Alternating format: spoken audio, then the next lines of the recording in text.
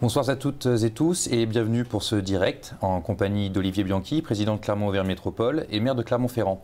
Nous abordons ce soir la thématique de la mobilité et on va commencer par une question d'actualité. Avec l'arrêt du tram, la situation du quartier des Vergnes est insupportable. Des enfants doivent aller à l'école, les adultes aller au travail. Quand est-ce que le service va-t-il reprendre ? Alors, bonsoir.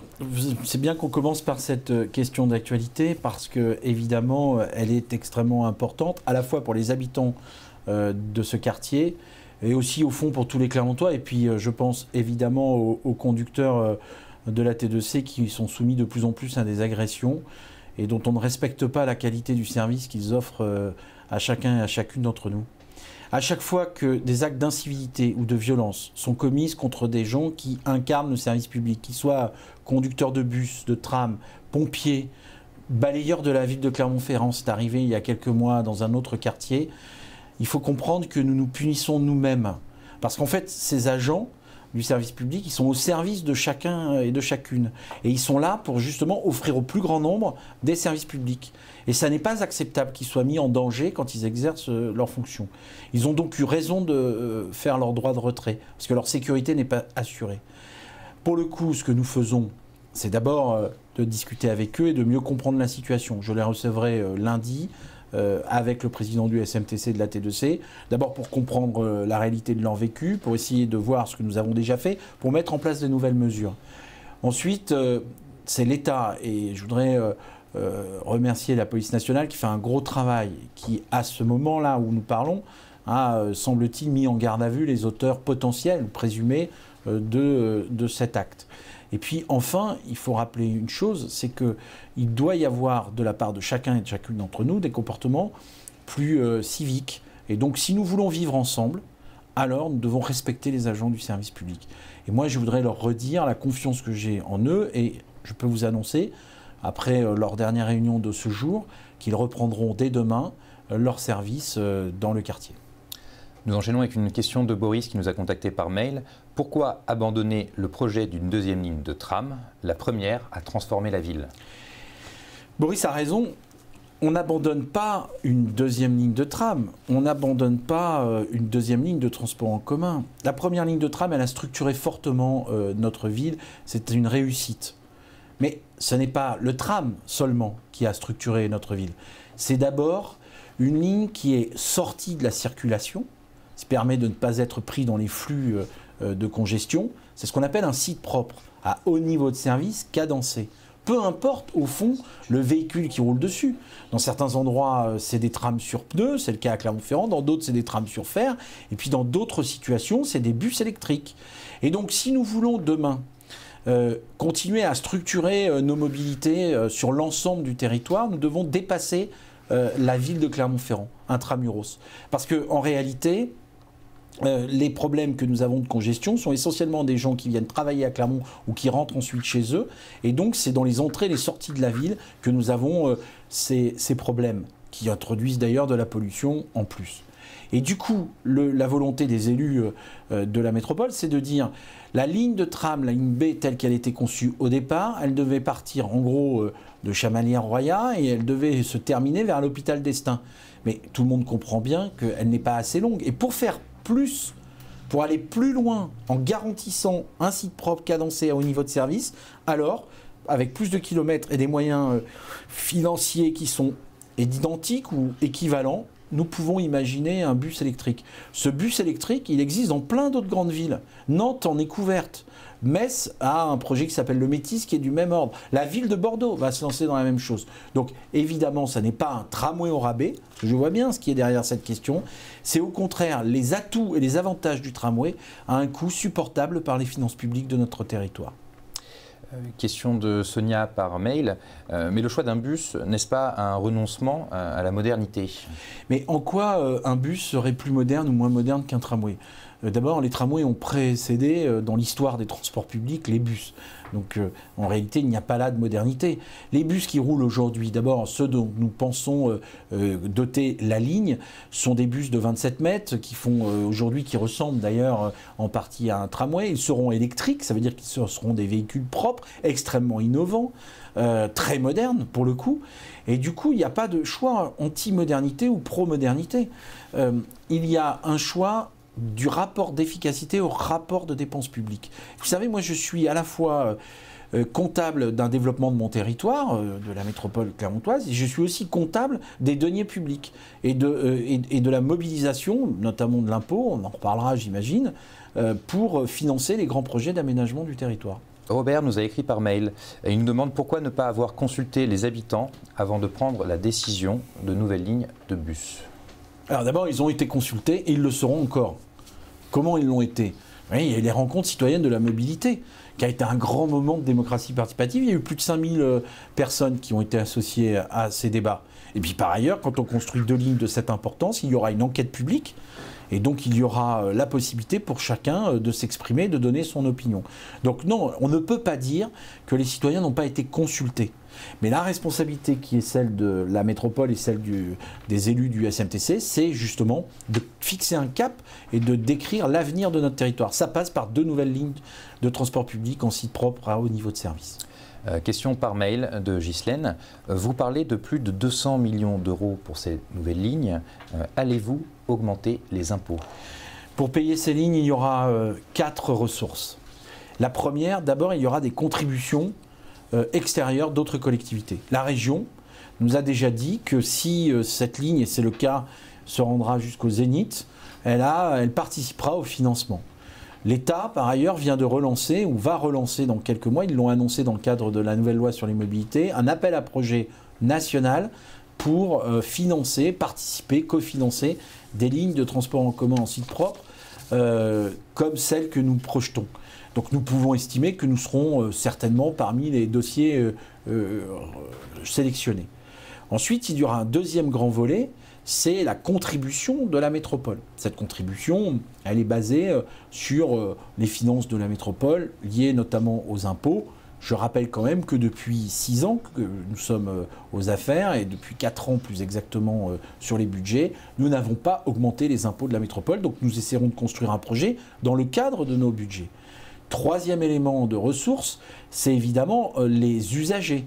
Et il est possible qu'il y ait, mais au moment où il y aura une qualité de service améliorée, qu'il y ait un prix du ticket qui soit supérieur. Et enfin, parce que c'est le mode de financement essentiel de ce type de structure, c'est le versement transport, c'est-à-dire le versement payé par les entreprises qui viendra le financer. Et oui, il passera de 1,8 à 2%. Nous avons déjà échangé d'ailleurs avec les grandes entreprises ou les représentants des organismes patronaux qui, pour l'essentiel, sont plutôt favorables parce que, évidemment, c'est de l'argent bien employé qui va venir seconder, renforcer leur attractivité et leur développement économique.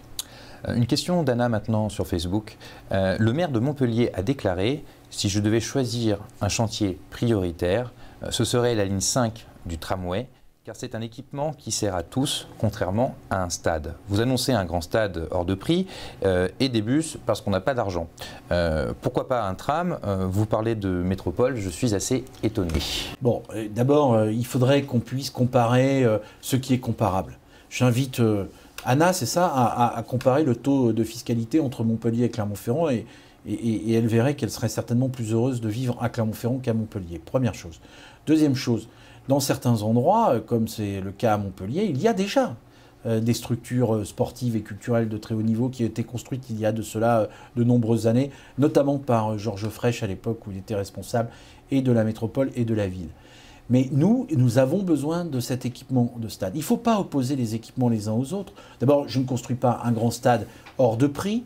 Nous fermons le stade actuel, qui n'a qu'une seule tribune, en construisant d'abord dans un premier temps sa première tribune en face. Cela équivaut à environ 30 millions d'euros. Et nous aurons ensuite, dans les temps qui viennent, et quand nous en aurons les moyens et la nécessité et le besoin, les virages qui viendront fermer le stade. Cela relèvera des décisions des élus qui viendront en responsabilité après l'équipe actuelle. Je termine en disant qu'il ne faut pas opposer les deux et que nous avons besoin à la fois d'un grand stade et en même temps d'une ligne en site propre.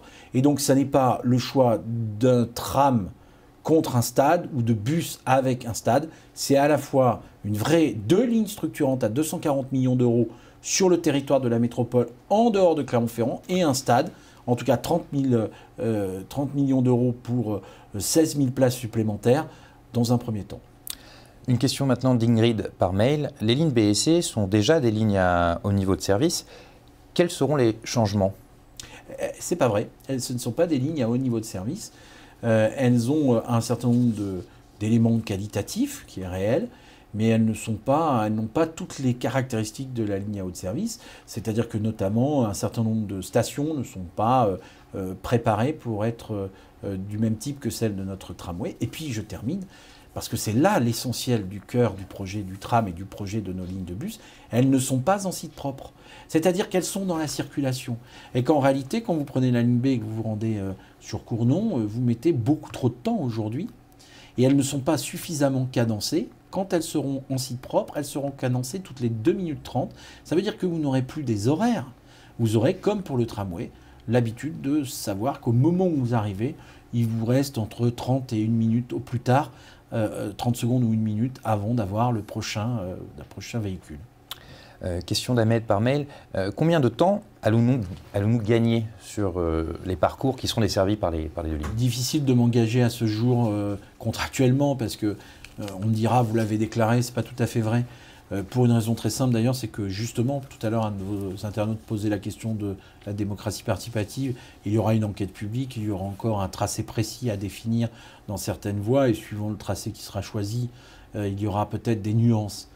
Mais on peut considérer que sur la ligne sur la ligne B, vous irez à Cournon, entre Royat et Cournon en 30 minutes, pratiquement, ce qui est déjà un net progrès. Et on peut considérer sur l'autre ligne un gain de 10 minutes environ. Nicolas sur Facebook nous demande une question sur le manifeste de la mobilité signé en 2016 par M. Bianchi. À quels endroits seront installées les bornes de recharge des véhicules électriques? Ces installations devaient se faire à court terme. C'est vrai, on met un peu de temps. Vous savez, il y avait une cinquantaine de projets dans les rencontres citoyennes de la mobilité. Nous essayons de les conduire. Certaines ont déjà été réalisées. Je pense par exemple au bus de nuit pour les fêtards qui apportaient sécurité et surtout capacité à mieux réguler les flux en fin de nuit. Et puis d'autres qui mettent plus de temps parce qu'ils sont partenariales. Il faut trouver les lieux, il faut trouver des partenaires.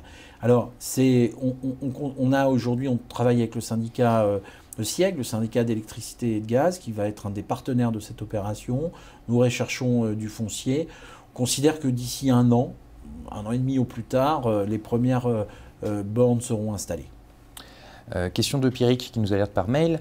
Allez-vous améliorer les autres lignes de bus en dehors des nouvelles qui sont prévues? Bien sûr, c'est même indispensable en fait. En faisant la ligne B et la ligne C, ça n'est pas pour solde de tout compte.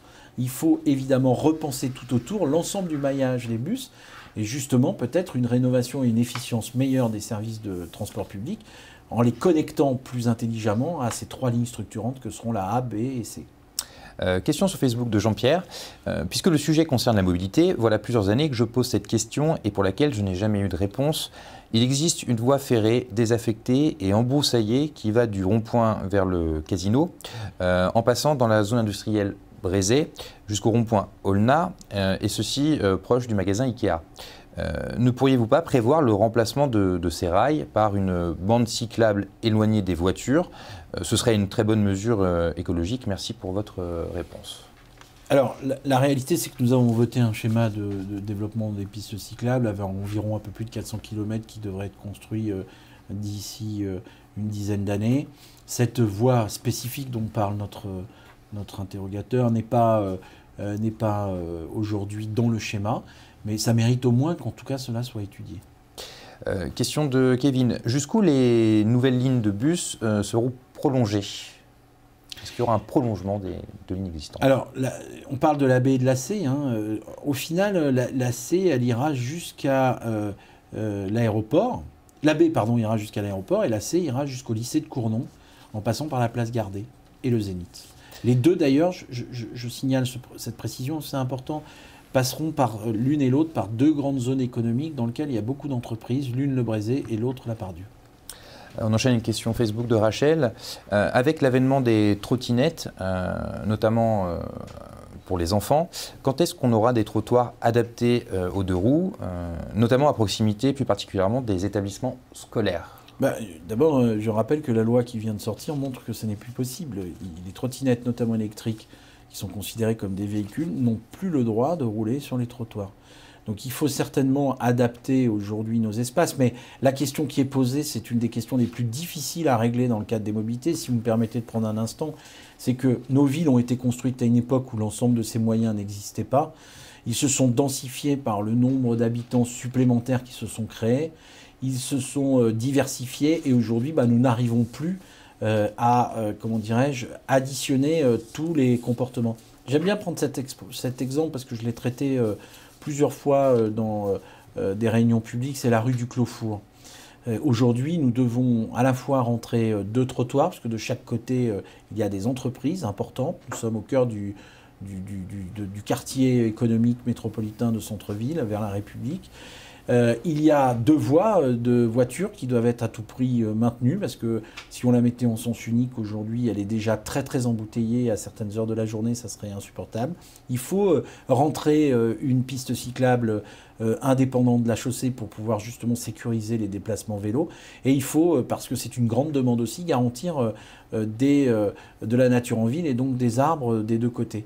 Et bien en réalité, cette rue ne permet pas d'avoir l'ensemble de ces dispositifs. Il faut donc, et c'est le rôle aujourd'hui des élus, toujours un peu difficile, de trancher entre des demandes contradictoires et des usages contradictoires de l'espace public. C'est toute la grande difficulté des politiques de mobilité.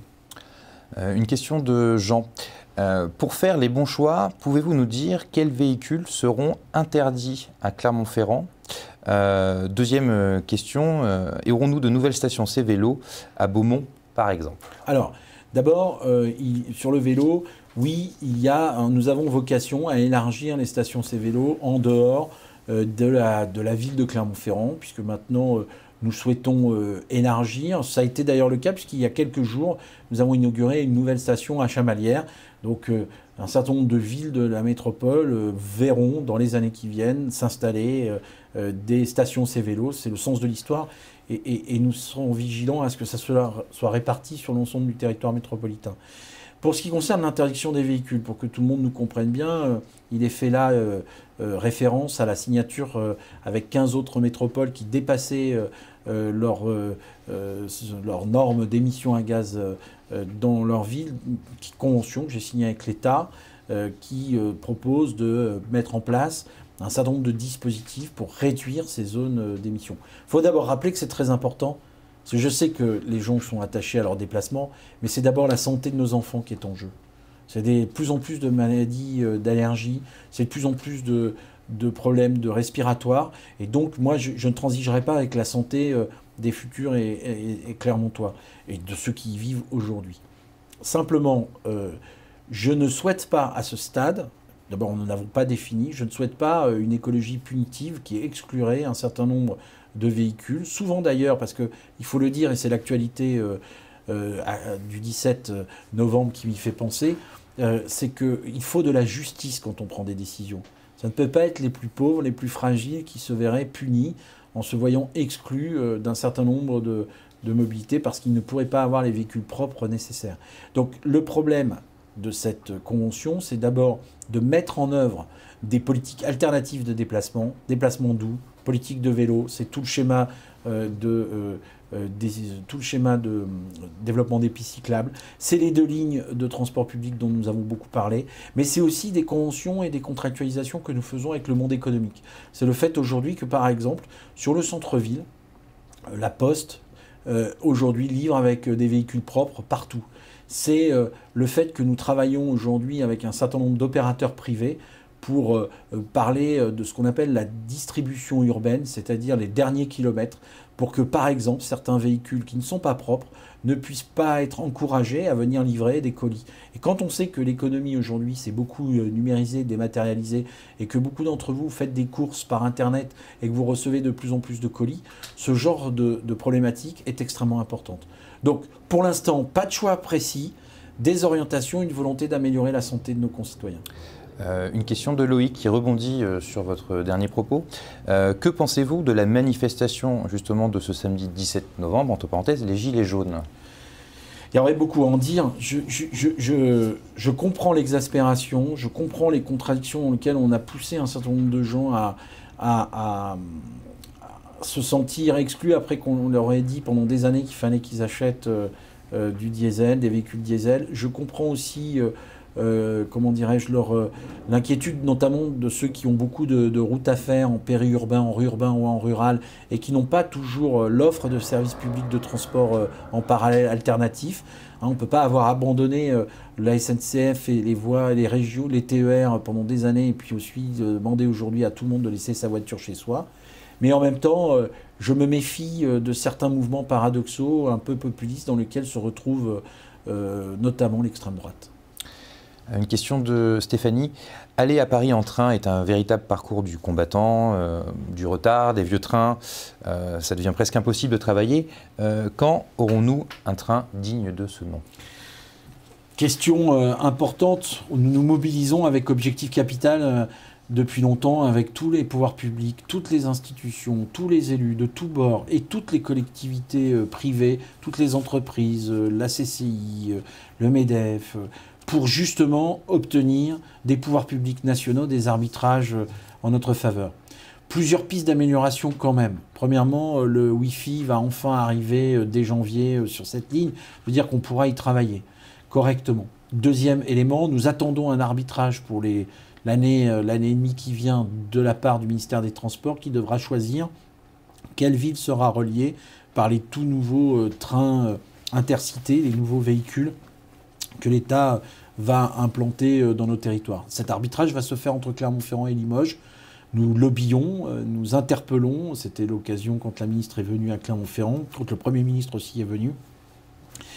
Il ne reste plus qu'à gagner ce combat, mais en tout cas, j'ai besoin de tout le monde. Et il faut que les Clermontois et les Clermontoises, et tous ceux qui plus généralement prennent le train de Paris-Clermont, répètent sans arrêt et leur lassitude, et leur énervement, et leur exigence d'un service public ferroviaire de qualité sur cette ligne. Et puis, il faut le rappeler, 650 millions d'euros d'investissement par la SNCF qui vont être faits sur cette ligne. Ça ne suffira pas à réduire les désagréments, mais c'est une première pierre. Je souhaite qu'il y en ait d'autres. Une question de Pierre, une question courte. Clermont est en retard et n'a aucune piste cyclable. Oui, enfin, vous savez, on peut toujours dire qu'on a du retard. Cela ne nous arrange pas à faire évoluer les choses. On peut aussi regarder ce qui a changé. Pourquoi nous avons du retard sur les pistes cyclables? On peut se poser des questions. Peut-être parce que culturellement, dans une ville qui a beaucoup fait sa richesse sur l'industrie automobile, en tout cas une partie de ses composantes, tout le monde l'en a reconnu, nous n'avions pas cette culture du vélo. Peut-être que notre géographie particulière n'a pas poussé jusqu'à l'arrivée des vélos électriques un grand nombre à en prendre la mesure. Peut-être aussi parce que les élus n'ont pas eu cette anticipation qu'ils ont pu avoir à Strasbourg ou ailleurs. En tout cas, peu importe de chercher les raisons et les coupables, ce qu'il faut constater aujourd'hui, c'est que la volonté politique a changé, que le Conseil métropolitain a adopté un schéma de développement du vélo sur 10 ans, 436 km supplémentaires de construits, une politique extrêmement volontariste sur ces vélos, la mise en place de places de parking à terme dans les parkings souterrains pour les vélos, la mise en place de box pour les vélos qui arrivent à la gare SNCF, les travaux sont en cours, le recrutement d'un responsable du vélo dans les services de la métropole pour étudier chaque travaux de voirie pour voir là où il est possible et nécessaire d'améliorer les choses, des financements extrêmement lourds qui sont dédiés à tout cela. Donc oui, nous avons du retard, mais oui, nous en avons conscience et oui, nous avons décidé de le rattraper. C'est tout l'enjeu des années qui viennent. Une question de Patrice sur Facebook. Quelles avancées sur le dossier Paris-Clermont, on en parlait avant, avez-vous eu un retour de l'appel d'offres? Avez-vous des informations sur l'aller-retour supplémentaire annoncé pour la fin de l'année? Normalement, tout ce qui avait été... D'abord, la première crainte que nous avions, la suppression du direct, a été annulée lors de la venue de la ministre des Transports qui a confirmé que ça n'était pas acceptable. Ensuite, sur les trains supplémentaires tels qu'ils sont prévus, normalement, les décisions qui ont été annoncées seront tenues par la SNCF. Et enfin, je vous le dis, la dernière grande décision que nous attendons et sur laquelle je sais qu'elle va arriver dans un an à peu près, enfin dans l'année 2019, mais dont je n'ai pas la date précise, c'est cet arbitrage sur les nouveaux véhicules. Il faut tout faire et nous mobiliser collectivement pour obtenir de l'État un arbitrage favorable. Clermont-Ferrand doit être équipé de ces véhicules, c'est une urgence absolue. On enchaîne avec une question de Jean-Michel qui reprend ce thème. Nous parlons des horaires notamment. Le dernier train est à 19h de Paris, à 19h30 de Clermont-Ferrand. N'est-ce pas un peu tôt pour une ville comme la nôtre? Vous savez, le problème en réalité, si on rentre un peu dans la technique, c'est de sortir du nœud parisien, et d'y entrer d'ailleurs. C'est-à-dire qu'il y a aujourd'hui, et pas simplement pour le train de Clermont, une sorte de congestion, d'engorgement du nœud parisien. On a le même problème d'ailleurs sur le nœud lyonnais, pour le train Clermont-Lyon, qui fait que quelquefois on est ralenti, arrêté, qu'on doit laisser passer tel TER ou tel train de banlieue ou telle intercité d'une autre ville. C'est pour ça d'ailleurs qu'à un moment donné la SNCF avait changé la gare pour les Clermontois, avec cette arrivée à Bercy. Mais ça n'est pas d'un claquement de doigts et ça n'est pas par des décisions propres au maire de Clermont-Ferrand que ces méta-arbitrages entre différents comment dirais-je, trains venant de différentes villes ou de l'Île-de-France pourront être décidés. Nous devons simplement continuer à coopérer avec la SNCF, à faire entendre notre voix. Moi, je suis très heureux qu'on ait monté cet organisme Objectif Capital. Parce qu'en fait, pour tout vous dire, pourquoi nous n'avons pas toujours été traités à la hauteur de ce dont nous aurions dû mériter? Mais parce que nous étions en ordre dispersé. Parce que ce lobby, les autres le font depuis plus longtemps que nous. Et donc le montage de cette association qui regroupe tous les députés, quelle que soit leur couleur politique, la région, le département, les élus de la métropole, ceux de la ville, toutes les entreprises du territoire, c'est certainement le gage d'avoir demain des arbitrages plus positifs. Une question maintenant de Galice. Serra est une ville abandonnée pour l'entretien des routes. Tous les villages voisins sont pourtant nickel. Le stationnement pose problème, pas de piste cyclable. Qu'a-t-on fait à la métropole pour être mis de côté ainsi? Bon, il faut dire les choses différemment. D'abord, personne n'a rien fait à la métropole avant 2017. Ces compétences qui viennent d'être citées relevaient des maires. Et donc le président de l'agglomération à l'époque ne punissait personne. C'est au maire de faire.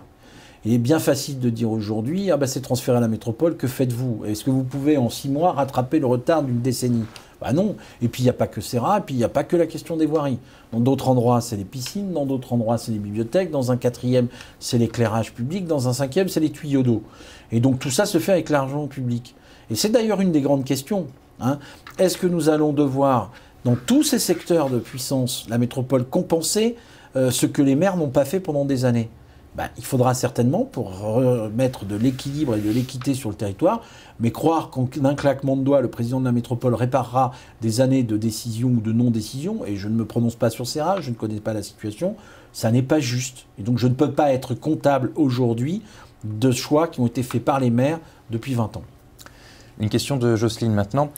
Pourquoi le parking de la place du 1er mai est toujours fermé les jours de match de rugby? Préférez-vous que les gens se garent sur les trottoirs ou sur les terre-pleins? Moi, je suis étonné puisque cette question est déjà venue dans un Facebook Live. Je suis d'autant plus étonné qu'à ma connaissance, le parking n'est pas fermé. Pas plus les jours de match que le reste de l'année. Donc là, il y a une sorte de légende urbaine clermontoise que je ne connais pas, que je ne comprends pas. C'est ouvert. Simplement, il y a 250 places. Et il est certain qu'il doit être très vite saturé. Et ce qui, face au nombre de spectateurs, peut expliquer qu'il y a encore beaucoup de véhicules sur les trottoirs. Une question de Johanna sur Facebook. Les trottinettes en free floating, donc en libre service, envahissent les grandes villes comme Paris ou Lyon. Est-il possible d'imaginer un tel service à Clermont? Vous savez, on a lancé dans le cadre de notre label mobilité Overmove avec le SMTC, dans lequel il y a des startups qui s'intéressent sur les nouvelles formes de déplacement qui sont dans l'innovation, des nouvelles pratiques, alors à la fois avec des histoires de tarification ou d'information ou de véhicules. Et notamment, il y avait dans les tout premiers débuts de cette aventure Overmove une start-up qui s'intéressait à cette problématique. Ça n'est pas allé au bout. Pour l'instant, il n'y a pas de proposition concrète. Il faut aussi, dans ce genre de choses, qu'il y ait une économie générale qui s'organise.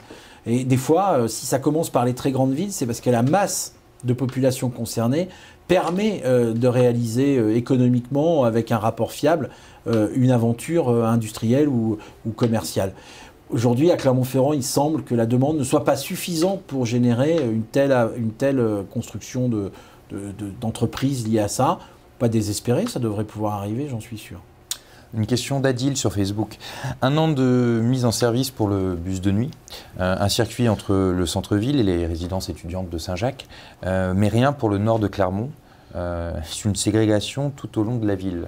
Non, Adil a raison de poser la question. D'ailleurs, on avait dit qu'on ferait une évaluation, qu'on regarderait les différents tracés.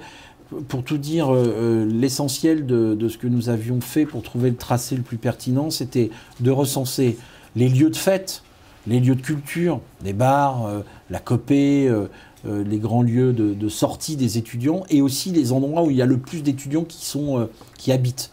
Puisqu'en fait, il fallait aller de là où ils vont à là où ils rentrent se coucher le soir. Et donc, c'est ce qui a justifié ce premier tracé.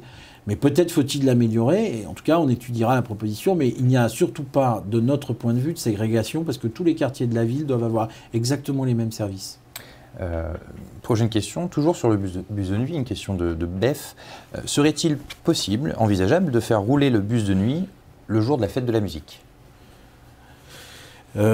Pourquoi pas ? Je ne vois pas la raison qui nous empêcherait de le faire. C'est une bonne suggestion. En tout cas, je la proposerai au service. Question de Géraud. On revient sur le tramway. Saint-Étienne construit actuellement une 3e ligne de tramway. Clermont n'est-il pas capable d'en faire une 2e ? Non mais, la ligne de tramway, alors je n'ai plus en tête les chiffres exacts, mais la ligne de tramway de Saint-Étienne, elle est bien moins longue que la nôtre. On ne peut pas mélanger tout et n'importe quoi. Nous construisons 2 lignes qui vont faire presque 24 km pour une ville de Saint-Étienne qui va faire, pour 80 millions d'euros, 4 km. 4 km. Donc, la question n'est pas est-ce qu'on ne peut pas se payer notre 2e ligne de tram quand il se paye la leur. La question est est-ce que voulez-vous nos 24 km à nous, ou est-ce que vous voulez les 4 km de Saint-Étienne ? Question de Pascal. Le tram est souvent en travaux, c'est de pire en pire. Je mets le double de temps pour aller au travail. Alors, non, le tram a été en travaux 4 étés d'affilée parce que il a été fait un choix au moment de sa construction, d'une part d'entretenir les lignes quelques années plus tard, parce que aussi nous avons constaté une usure approfondie du tram. Et donc quand je suis arrivé en responsabilité en 2014, on m'a dit, voilà, vous avez 2 hypothèses pour sécuriser les usagers, parce qu'on ne fait pas ça pour embêter le monde, on fait ça pour sécuriser les usagers. Soit vous fermez 4 étés d'affilée, soit vous fermez une année entière. J'ai fait le choix qu'il valait mieux fermer 4 étés parce qu'il y a moins de monde, parce que les scolaires ne sont pas là et qu'une rupture d'une année entière dans l'usage de notre tramway aurait peut-être été préjudiciable aux habitudes culturelles qui ont été prises. Mais depuis ces 4 années, il n'y a plus de travaux. Il n'y en aura d'ailleurs pas l'été prochain. Et puis, il y en aura à nouveau dans les années à venir quand il faudra l'entretenir. Mais vous entretenez bien votre voiture. Quand vous réparez dans votre maison, vous repassez un coup de peinture, vous refaites votre salle de bain, pendant 2 semaines, vous n'utilisez pas votre salle de bain. Les gens auraient plutôt raison de me reprocher de ne pas garantir leur sécurité ou de ne pas entretenir ce bâtiment ou les voies ou les véhicules, au risque d'ailleurs de voir ce que nous avons pu constater dans certains pays comme en Italie avec des ouvrages d'art qui s'effondrent. Une question sur Facebook. Les médiateurs de la T2C sont payés par l'argent du contribuable à faire des promenades de santé à l'intérieur des bus et des trams. Quelle est votre réaction ? D'abord, ma réaction, je le dis parce que j'ai toujours l'habitude d'être cash, la forme de la question n'est pas acceptable. Faire des balades. La personne qui a envoyé cette question, moi je veux bien la recruter, payer à faire des balades dans le tram si elle veut voir à quel point ce métier est difficile. Non, sérieusement. Il y avait des problèmes d'insécurité, on en a parlé tout à l'heure. Il y a besoin de mettre du lien entre les usagers. Donc on décide une chose, c'est qu'on met en place des médiateurs. C'est un métier difficile de faire la médiation dans le transport public. Donc les gens ne sont pas en balade, mais moi j'ai des retours de leur utilité. Des fois, ils arrangent des situations, ils évitent qu'il y ait des crises, ils facilitent la montée d'une personne âgée, ils régulent les assises entre des personnes à mobilité réduite ou d'autres. Donc ils sont extrêmement utiles. Donc je pense que c'est bien qu'il y en ait. Et j'ai du mal des fois à comprendre, je vous le dis les uns les autres, c'est vos demandes contradictoires. C'est-à-dire qu'on veut plus de sécurité, plus de lien social, puis quand on a des médiateurs, on dit ça coûte de l'argent et ils se promènent. Il y a un moment, il faut quand même avoir un peu de cohérence intellectuelle. Une question de Nelly maintenant. L'accessibilité des trottoirs aux personnes à mobilité réduite fait-elle partie de la mobilité à vos yeux? Car il y a encore des villes dans la métropole où il faut travailler sur des trottoirs peu ou pas praticables. C'est vrai, il y a encore beaucoup trop de travail à faire. On a une commission d'accessibilité, on met en place des travaux, on essaye de résoudre des problèmes. J'ai pris la décision, il y a quelques années de cela, d'arrêter par exemple de mettre des poteaux partout qui viennent empêcher les voitures de se garer sur le trottoir, mais qui en réalité font office d'obstacles pour les poussettes, pour les gens à mobilité réduite, etc. Donc il y a beaucoup d'efforts à faire. Nous devons encore nous améliorer. Tout cela, c'est beaucoup d'argent. Vous savez, je crois que les voies de la ville de Clermont-Ferrand, c'est presque 500 km, 464. C'est quasiment la distance entre Paris et Clermont-Ferrand. Donc il faut vraiment qu'on ait conscience qu'on construira tout ça au fur et à mesure, avec une volonté, détermination, mais il faut du temps. Une question d'Antonio maintenant. Pourquoi le tram est-il à pneus? Pourquoi ne passe-t-il pas par la gare? Alors d'abord, il est à pneus, c'était une innovation technique qui avait été imaginée à un moment donné. Il fonctionne d'ailleurs bien, on le voit tous les jours. Simplement, il n'a pas trouvé son débouché industriel. Seules 4 villes aujourd'hui dans le monde sont dotées de ce type de tramway. Padoue, Mestre, Medellín en Colombie, 2 villes en Chine, et il y a aussi, puisqu'il faut le dire, même si ce n'est pas tout à fait le même, les lignes de la ligne de tram du boulevard des Maréchaux à Paris. En dehors de toutes ces villes, je viens de faire le tour du monde, personne d'autre n'a de tram à pneus. Donc voilà, c'était une innovation. Ça pouvait avoir de la cohérence dans une ville comme Clermont-Ferrand, tout le monde comprendra pourquoi. Elle n'a pas rencontré son développement économique mondial. Et ben voilà, il n'y aura pas de tram sur pneus dans l'avenir à Clermont-Ferrand. Pour le coup, pourquoi il ne passe pas à la gare? À l'époque, la ligne, le détour par la gare n'était pas justifié d'après les études publiques qui pouvaient faire justifier ce décrochage de quelques kilomètres. Cependant, l'erreur aujourd'hui sera corrigée puisque la ligne B aura l'avantage de partir de Roya-Chamalières et d'aller jusqu'à l'aéroport en passant par la gare SNCF. Ce qui veut dire que sur la même ligne, vous aurez l'ensemble des modes de déplacement et une intermodalité qui sera très forte. Question de Jacques sur Facebook. Allez-vous mettre à disposition des utilisateurs de vélos électriques des box sécurisées aux endroits stratégiques? Oui, je crois l'avoir dit tout à l'heure, je le redis, il y a déjà des travaux qui ont commencé, ce sera la gare SNCF que verront le jour ces premiers box sécurisés pour les vélos. Question de Margot. Le nouveau site propre pour la ligne B comprendra-t-il des pistes cyclables? Alors, en partie, on peut dire qu'effectivement, alors quand je dis en partie, pourquoi? Parce qu'à ce stade, techniquement, je ne suis pas capable de dire si sur 100 mètres, 1 kilomètre, à tel ou tel endroit, il y aura à tout prix des pistes cyclables. Mais la philosophie générale, c'est que pour ces 2 lignes, parce qu'on va repenser l'urbanisme, parce qu'on va repenser la circulation, on prévoira évidemment du site propre de vélo. Question de Thierry maintenant. Les gens qui viennent chercher quelqu'un à la gare se garent toujours devant la station. Cela crée des bouchons. Qu'est-ce que vous allez faire? Alors, On l'a déjà dit, d'abord nous avons écrit pour que l'arrière de la gare soit signalé non plus comme l'arrière de la gare sur tous les GPS, toutes les structures comme Waze qui donnent les référentiels. Nous considérons toujours que c'est à l'arrière de la gare aujourd'hui, qui n'est plus un arrière de gare. Nous sommes une grande métropole. Il y a 2 entrées.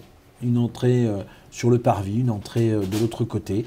Et que ces deux entrées doivent être utilisées. Et vous avez aujourd'hui largement de quoi faire un dépose-minute de qualité, sans gêner les passants. Il n'y a pas plus de marche à pied à faire pour les gens qui sortent des trains.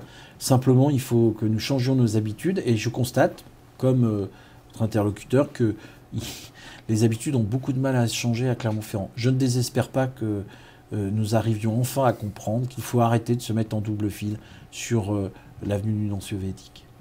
Question de Sophia. Il a été dit que la gare routière allait être déplacée ou en travaux.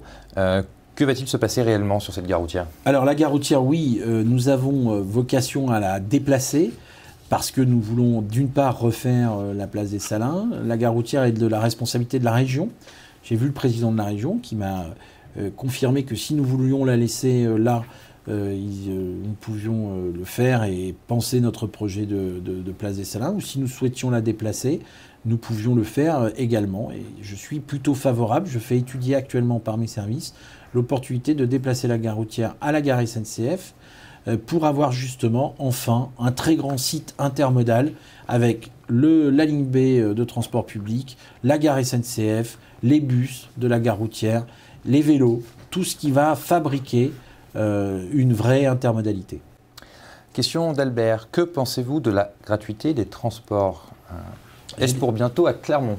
Alors, nous avons déjà eu l'occasion de l'évoquer plusieurs fois, y compris en réunion publique. Je pense que c'était un sujet extrêmement sérieux, qu'il faut prendre au sérieux, qu'il faut étudier. Premier élément à donner quand même pour chacun et chacune d'entre vous qui nous écoutez, le coût de fonctionnement de l'ensemble de nos lignes de transport public sur l'ensemble de la métropole, c'est 15 millions d'euros par an qu'il faudra trouver pour remplacer si nous mettons en place une gratuité. Premier élément, 15 millions d'euros. Vous l'avez entendu, ces millions d'euros ne pourront être trouvés soit que par les usagers s'ils ne peuvent plus payer, soit par les contribuables donc qui viendraient les remplacer. C'est donc plutôt de l'impôt. Voilà, sujet qui, je sais, anime nos longues soirées d'hiver dans chacune de nos maisons. Mais par ailleurs, je considère que c'est un sujet sérieux parce que plus nous aurons de l'utilisation des transports publics, moins nous aurons les désagréments. Cela peut accompagner un développement économique de notre centre-ville. Donc il y a de plus en plus de villes qui se lancent dans ce projet.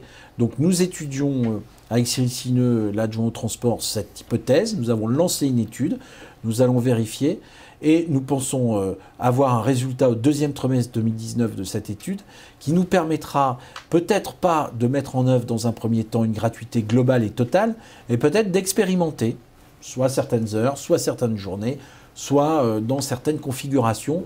Mais je laisserai les élus, évidemment, de la métropole faire leur choix après le rendu de cette étude en 2019.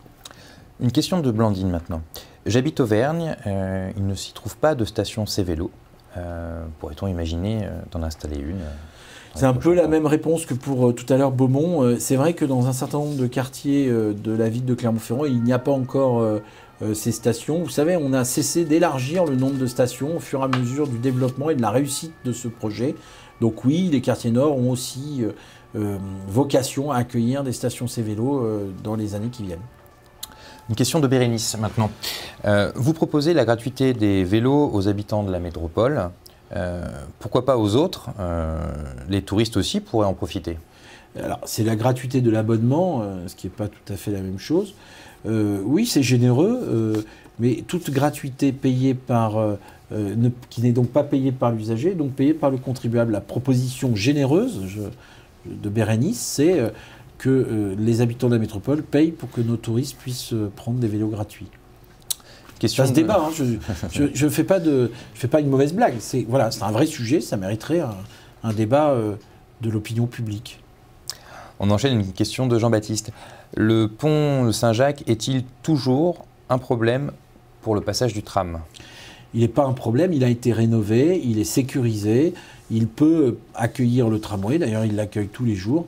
Ce qui est certain, c'est que si demain, pour tout dire, nous allions vers un tram sur fer, il est possible que cet ouvrage d'art soit dans une situation plus tendue qu'avec du tram sur pneus. Mais d'ici là, nous aurons le temps d'y réfléchir. Continuez avec une question de Maria. Je bénéficie actuellement de la gratuité de l'abonnement C-Vélo, on en a parlé juste avant. Est-ce que ce dispositif va perdurer dans le temps ? Pour l'instant, il va perdurer dans le temps, aucun problème. C'est au contraire une belle réussite et ça a permis ça vient pour nous encourager les nouvelles pratiques de déplacement doux. Donc, pas de souci. Une question de Jean-Michel, une question sur la fréquence du tram. Le tram est souvent saturé aux heures de pointe. C'est quelquefois difficilement supportable. Serait-il possible de passer à une fréquence de 3-4 minutes ? Et justement, pour le tram, c'est plus compliqué. Voilà, par exemple, un avantage du bus électrique qui peut être inférieur à 3 minutes. Pour le tram, c'est plus compliqué. Par ailleurs, il faut des nouveaux véhicules aussi. Nous en avons acheté, mais comme il ne s'en produit plus, nous serons pas en capacité d'avoir un rythme moins fort. Mais nous avons, dès 2019, 5 nouvelles rames qui vont arriver. Une question de Jean Do maintenant sur Facebook qui reprend un peu le même sujet mais sur les bus. Les bus sont bondés aux heures de pointe. Le confort n'est pas forcément là. Que comptez-vous faire ? Alors ce qu'on a fait quand même, à la fois pour le tram et pour le bus, parce que les deux questions sont justes et Jean Do, par exemple, a raison de soulever la question. On a travaillé beaucoup ce qu'on appelle avec les bureaux des temps, c'est-à-dire qu'on essaye avec un certain nombre d'institutions ou de collectivités à essayer de changer quelques horaires, quelquefois, qui peuvent tout d'un coup générer des flux moins importants à telle ou telle heure de pointe. Quand nous négocions avec l'université pour des changements d'horaire de rentrée de cours, par exemple, ça permet que les lycéens, par exemple, sont plutôt là dans les bus entre 8h moins 20 et 8h moins 10 et les étudiants plutôt après parce qu'ils commencent par exemple à 8h15. Donc on fait un travail comme ça de dentelière avec un certain nombre d'opérateurs pour essayer de changer les horaires, pour essayer que la période de congestion liée aux heures de pointe se répande, se répartisse sur plus de temps. Une question d'Yvan maintenant. Il est quasiment impossible d'aller du centre de Clermont à l'aéroport si on ne prend pas sa voiture actuellement. N'est-il pas possible de mettre en place des solutions ? Yvan, c'est la ligne C qui viendra sur ça et qui vous permettra d'aller en bus, en site propre, électrique, jusqu'à l'aéroport. Une question d'Anthony, toujours sur le tramway. A-t-on des garanties que la ligne de tram sera en service jusqu'en 2030, comme c'était prévu ? C'est une question importante. Je me la suis posée sincèrement. C'est pour ça d'ailleurs que j'ai demandé une étude indépendante du ministère de l'écologie et du ministère des Transports. Ce rapport qui est public d'ailleurs dit qu'il devrait y avoir les conditions, si nous continuons à travailler intelligemment comme nous le faisons, pour que notre tramway arrive jusqu'en 2030. Une des conditions d'ailleurs qui est émise, pour tout vous dire, est la création d'un club des villes qui ont ce type de tramway pour que nous échangions nos expertises en matière de matériel, que nous puissions nous transmettre les améliorations que nous avons trouvées, les réparations que nous avons inventées, puisqu'il n'y a plus de production aujourd'hui. C'est pour ça que je me rendrai d'ailleurs en Italie dans 15 jours pour signer un accord avec l'ensemble des villes qui sont usagères de ce même mode de transport pour que nous ayons ce club. Nos ingénieurs et nos techniciens travaillent d'ores et déjà ensemble pour améliorer et garantir que le tramway fonctionne jusqu'en 2030. Une autre question, on parle ici des bus. Est-il possible de rajouter des bus sur les lignes principales en soirée, ne serait-ce qu'à raison d'un bus par heure, pour offrir une vraie alternative à la voiture ? La réalité, c'est que chaque fois qu'on met un bus, on a, quand il n'est pas complètement rempli, des dépenses supplémentaires. C'est tout l'intérêt d'un service public. Ce que nous devons faire, donc il n'est pas dans toutes les lignes et sur toutes les lignes et à tous les horaires nécessaire de doubler les bus qui d'ailleurs restent dans la circulation et eux-mêmes finalement ne sont pas des alternatives crédibles à l'usage de la voiture.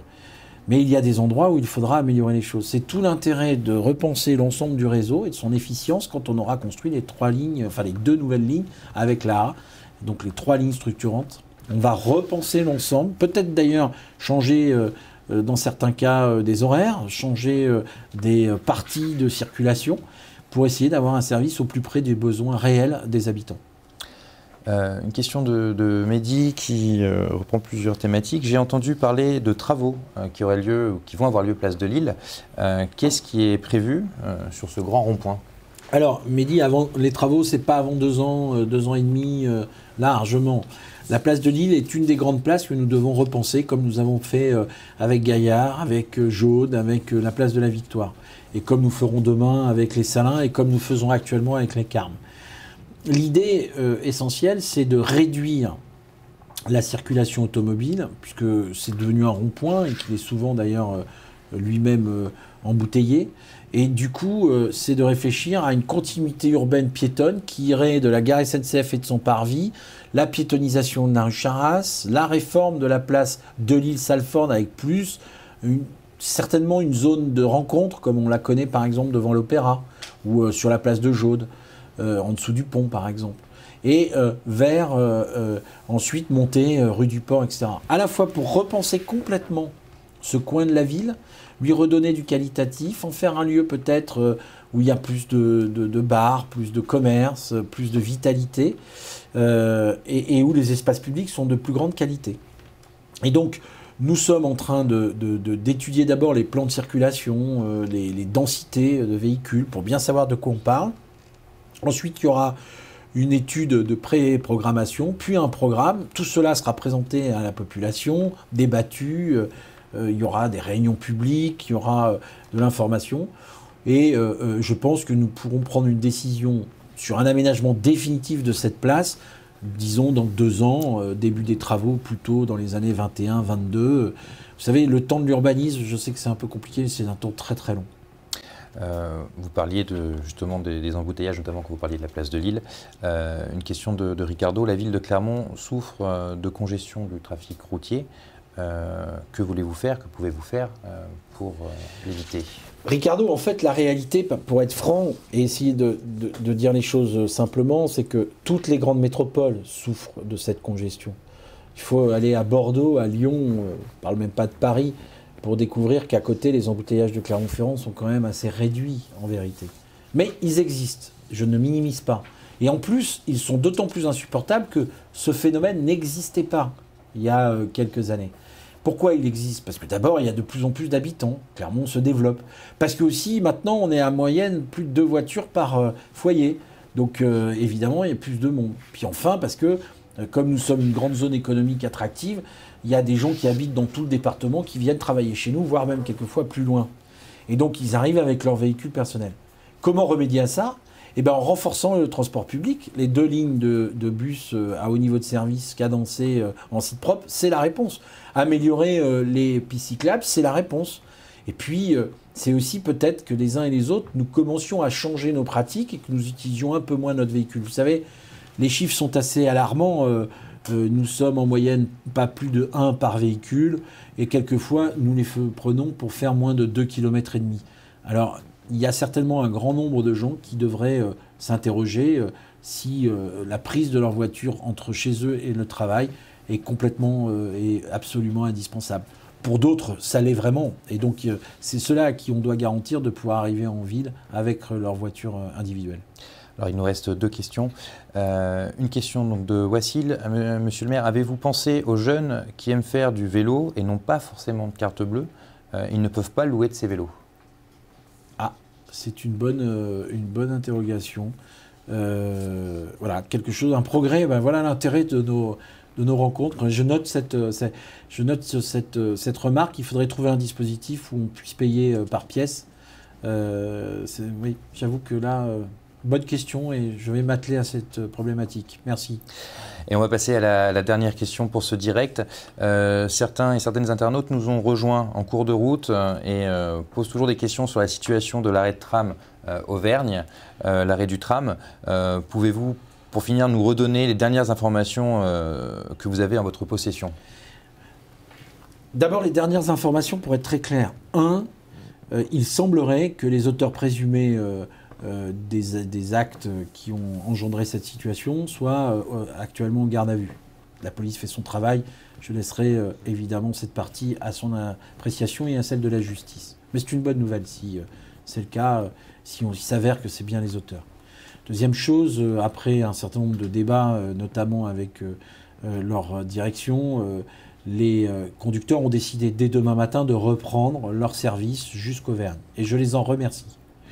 Et c'est pour ça que je les en remercie. Je les recevrai d'ailleurs lundi matin pour échanger avec eux sur à la fois leur vécu, la réalité de leur travail du quotidien, leur rappeler les mesures que nous avons déjà prises, parce qu'il y en a de nombreuses.